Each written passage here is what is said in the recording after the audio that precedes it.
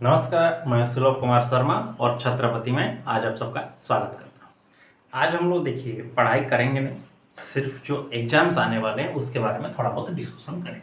जो आपको रिवीजन कैसे करना है, कोर्स तो खत्म हो गया, लेकिन आप जो खुद आप लोग अपना घर में पढ़ रहे हैं तो कैसे पढ़िएगा। पहली बात देखिए, एग्जाम जो बच्चे 2023 में दे रहे हैं तो इनका बैच कितना है, तो इनका एग्जाम सर्टिफिकेट में लिखा जाएगा बैच 22-23। ये बच्चे हैं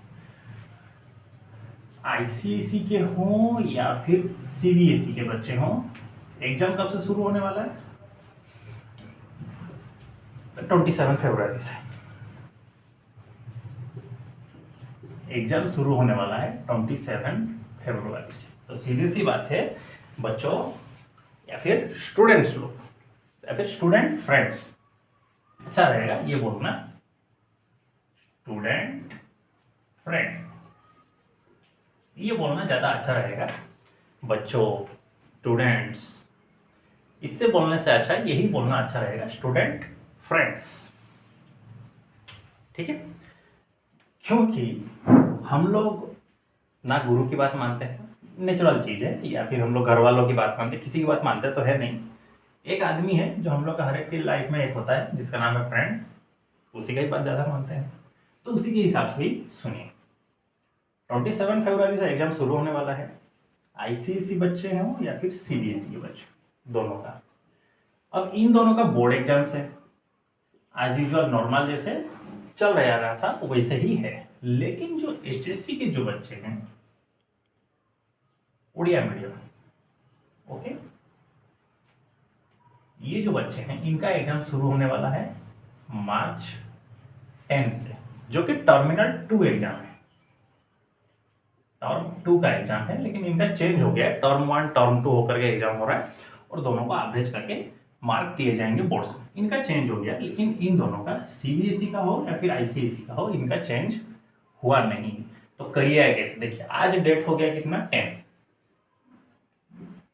फरवरी है, एग्जाम आपका कितना है 27 फरवरी से, मतलब आपके पास 17 डेज अभी भी शेष है, ठीक। और इन बच्चों के पास लगभग 20 दिन, 20 डेज आसपास इन लोगों के पास भी है, एचएससी के जो बच्चे हैं उड़ीसा के। तो करिएगा क्या, अब देखिए आप बुक्स को अगर कंटिन्यूअसली पढ़ना शुरू करेंगे, page by page, chapter by chapter, exercise by exercise, खत्म नहीं कर पाएंगे, कर भी नहीं सकते। कैसे करेंगे, मतलब 17 डेज है, 17 डेज में से आप 3 डेज माइनस कर दीजिए, तो बचा आपके पास 14 से 15 दिन। इसी डेज में आपको जो करना है करिए। इन बच्चों का भी वैसे ही लास्ट, जैसे 10th को एग्जाम है तो 10th को इधर एग्जाम है, तो 10th का जो पेपर होगा उससे पहले पढ़ेंगे, तो इनके पास भी मान लीजिए 17 डेज के आसपास टाइम है। तो और भी एक चीज की बात है, जो ये फरवरी 30 डेज का नहीं है, 28 डेज का है, याद रखिए। ये जो फरवरी है ये 28 डेज का है, 30 डेज का नहीं है इन बच्चों के लिए। तो उसी हिसाब से आपको अपना प्रिपरेशन करना है। तो अब ये जो 14-15 दिन बचा है, तो इसमें आप करिएगा क्या, प्रीवियस ईयर के क्वेश्चंस प्रैक्टिस करिए, टेस्ट पेपर लाइए, या फिर आप लोग नेट से पीडीएफ लिखवा लीजिए, घर में किसी को बोल करके, या फिर खुद भी पीडीएफ लिखवा लीजिए। ये बच्चे भी सेम, जो मैं बोल रहा हूँ आईसीएसई, सीबीएसई और उड़िया मीडियम तीनों के लिए बोल रहा हूँ। सिर्फ फर्क इतना है जो इन लोगों का टर्म 2 एग्जाम है, इन लोगों का बोर्ड एग्जाम है, पढ़ाई का तरीका दोनों के लिए सेम ही है।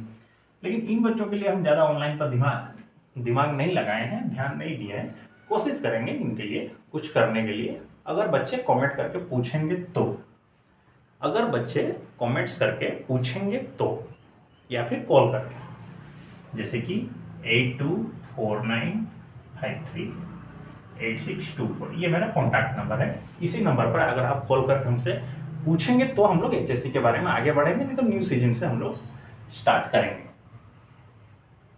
समझ गए इतना। करना क्या है आपको, टेस्ट पेपर्स या फिर नेट से आप पीडीएफ निकलवा लीजिए, टेस्ट पेपर प्रीवियस ईयर के जो क्वेश्चंस हैं प्रीवियस ईयर के क्वेश्चंस, जिसको हम लोग सेट्स भी बोलते हैं। सेट्स को प्रैक्टिस करना है, क्लियर। और इन बच्चों का तो नया नया ही ऐड हुआ है, तो इनका कोई भी एक टेस्ट पेपर ले लीजिए और सेट्स को प्रैक्टिस करिए। सैम्पल पेपर जिसको बोलते हैं, या फिर टेस्ट पेपर बोल सकते हैं, या फिर इसको सैम्पल पेपर भी बोल सकते हैं, ठीक है। खरीद लीजिए, नेट्स में मिल ही जाएगा, क्लियर। खरीदिए ना तो नेट से उठाइए और उसका प्रीवियस ईयर के क्वेश्चंस को प्रैक्टिस करिए। जैसे आपका एग्जाम्स होता है, एग्जाम का जो टाइम लिमिट्स होता है उसी बीच में खत्म करने की कोशिश करिए। अगर आपको 80 मार्क का पेपर देना है और आपको दिया जा रहा है 2.2 आवर्स 30 मिनट्स, तो आप कोशिश करिए ये जो मार्क है इसको 2 आवर्स में खत्म करने के लिए, कंप्लीट करने के लिए, ओके। इन बच्चों के लिए भी सेम रूल्स रहेगा। 2.5 आवर्स का अगर दिया जा रहा है तो कोशिश करिए आप 2 आवर्स में उसको खत्म करने के लिए। बाकी जो 30 मिनट्स है वो अपने हाथ में रखिए एग्जाम्स के लिए। सॉरी, ये जो 30 मिनट्स है ये अपने हाथ में रखिए, क्योंकि जब आप इधर से आगे बढ़ते चले जाइएगा तो सीधी सी बात है, आप लोग अगर 10-15 सेट्स प्रैक्टिस कर लिए हैं 2 आवर्स में, तो एक अच्छा खासा स्पीड आप लोगों का हो जाएगा, जिसके वजह से इसमें से भी 10-15 मिनट आपको ले ही लेंगे, मतलब वो भी उसमें एडजस्ट हो ही जाएगा। 2 आवर्स जो है ये 30 मिनट्स जो है इसमें से ले ही लेगा वो, तो ये आगे चल के आपको 2 आवर्स 15 मिनट के आसपास हो ही जाएगा। खींचने का टाइम अपने हाथ में 5-10 मिनट टाइम रखिएगा, फिर से क्वेश्चंस को देखने के लिए, फिर जो आपको एक्स्ट्रा वर्क होता है पेपर वगैरह को देखने के लिए, या फिर पेपर में क्या है, नंबरिंग आप सही से किए हैं कि नहीं, उस चीज को चेक करने के लिए, ठीक है। तो आपको आज मेन काम यही करना है, जितना आपसे हो सके सेट्स को प्रैक्टिस करना है, और ज्यादा कुछ खास नहीं करना है, जितना हो सके सेट्स प्रैक्टिस करना है। प्रीवियस ईयर का सेट्स उठाइए, सैम्पल पेपर्स उठाइए और सेट्स को प्रैक्टिस करिए। प्रैक्टिस करने के बाद जो आपका आंसर शीट होगा उसको आप खुद सेल्फ वैल्यूएशन करिए,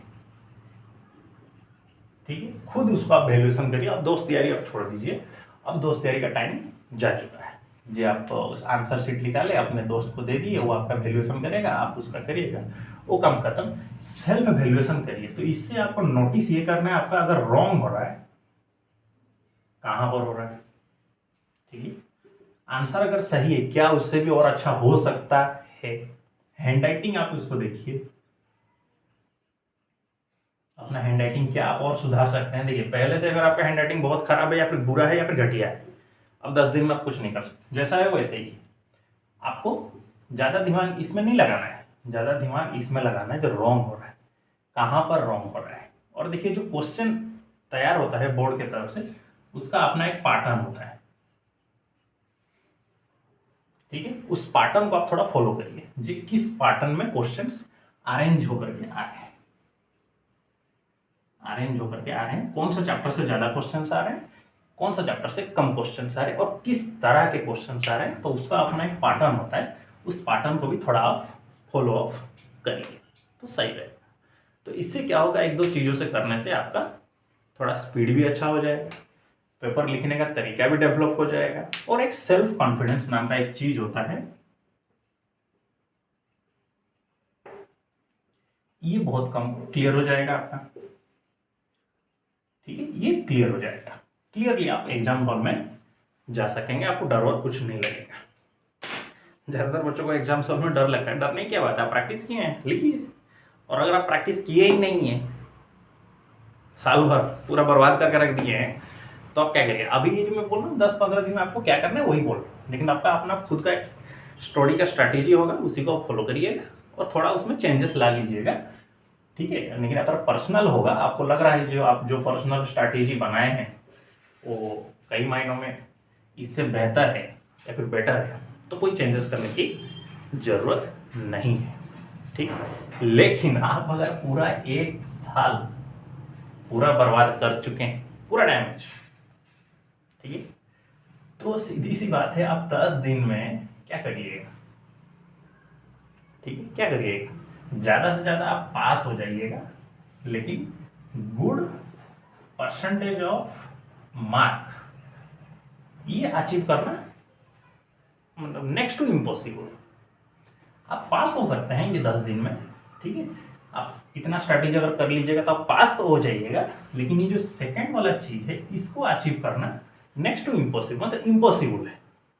ठीक है, इम्पॉसिबल। लक का कोई बात यहाँ पर है नहीं। आप मेहनत कर रहे हैं, प्रैक्टिस किए हैं, अपने ऊपर टाइम दिए हैं, पढ़ाई को भी टाइम दिए हैं, तो सीधी सी बात है आप अच्छा मार्क रखेंगे। ठीक है, तो आप तैयारी में लग जाइए, अपने अपने लग ही गए होंगे, हम लग जाइए क्या, लग गए होंगे और तैयारी कर भी रहे होंगे। तो आज का क्लास इसी के ऊपर ही था, आपसे थोड़ा 2-3 मिनट बात करना था जे कैसे क्या पढ़ना है क्या नहीं पढ़ना है। सिर्फ पढ़ देने से तो नहीं होगा, दिमाग लगा के पढ़ना जरूरी है। क्या प्रॉब्लम्स हैं, किधर क्या चीज़ें डाउट्स हो रही हैं, उनके ऊपर कैसे आप काम कर सकते हैं। ठीक है, डिटेल तो आपको पढ़ना नहीं, पढ़ भी नहीं सकते। तो आप सभी को ऑल द बेस्ट, और महाशिवरात्रि का और फरवरी 18 को है ना महाशिवरात्रि, और फरवरी 19 को क्या है?